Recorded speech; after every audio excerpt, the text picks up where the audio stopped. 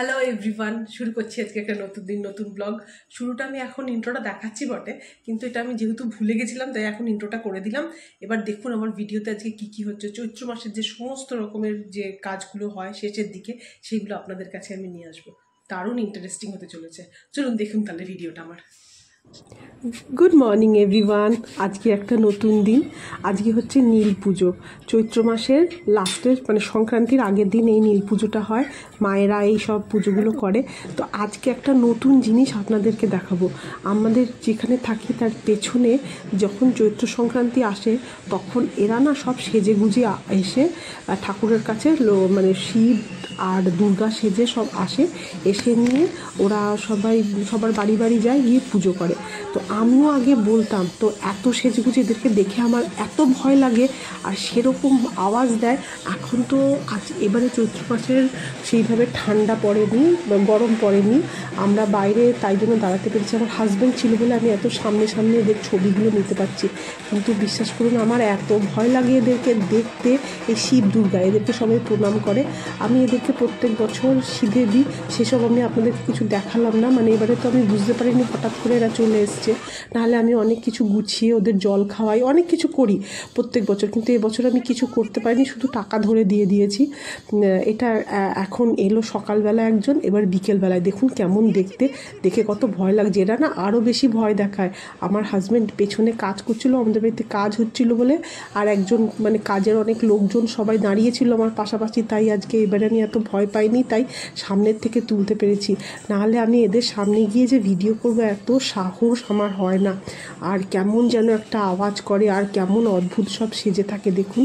এই হচ্ছে সব ব্যাপার। এদের সবাইকে হাতে একটু একটু অল্প অল্প করে পয়সা দিতে হয়। খুব সুন্দর এই গরমের মধ্যে কিভাবে যে সেজে থাকে কে জানে।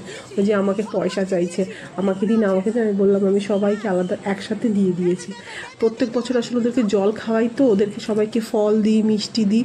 এবারে তো কিছু দিতে পারলাম না, তাই ওরা আমাকে এরকম করে চাইছে। যাই হোক, এটা ছিল অনেকেই আছেন যারা এটা দেখেননি, তো সেই জন্য আমি আপনাদের সামনে এটা তুলে ধরলাম। আরও বিকেলবেলা আসবে, আস্তে আস্তে দেখতে থাকুন আমরা আরও কি কি দেখাচ্ছি আপনাদের। বাজারে কেন যাচ্ছি? ঘুরতে না, সেলের বাজার করতে। অপর্ণা জানতো না, আমি বললাম চল আমরা একটু সেলের বাজার করে আসি, মার্কেটটাও দেখে আসি। বেনাচিতে প্রচণ্ড ভিড় হয় সেলের সময়। তো যাওয়ার আগে একটু দেখলাম ফুচকালা বসে আছে। অপর্ণা বললো চল আগে খেয়ে নিই, পরে অন্য কিছু করবো।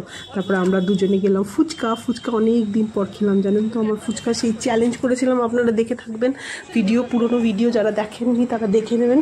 একটা ভিডিও চ্যালেঞ্জ করেছিলাম সেই জানুয়ারি মাসে বা তারও আগে মনে হয়, আমি আর আমার ভাই করেছিলাম চ্যালেঞ্জটা। ওই চ্যালেঞ্জে ফুচকা খেয়েছিলাম, আর এই যে আজকে আবার ফুচকা খাচ্ছি। তো অপর্ণা আর আমি দুজন মিলে আগে ফুচকা খেয়ে নিলাম।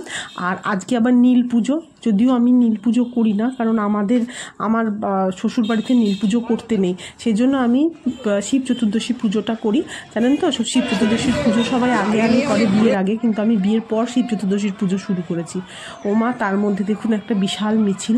সব এখন ওই 26,000 লোক চাকরি হারিয়ে গেছে না, তাদের জন্য সবাই মিছিল করছে। সব পার্টি বলছে কারোরই দোষ নয়, অথচ 26,000 লোকের চাকরি চলে গেল। এটাও এক মহা দুঃখের ব্যাপার। যাই হোক, আপনাদের একটু দেখিয়ে দিলাম, মার্কেটটাও একটু দেখিয়ে দিলাম, অল্প অল্প করে সব ছুঁয়ে যাচ্ছি।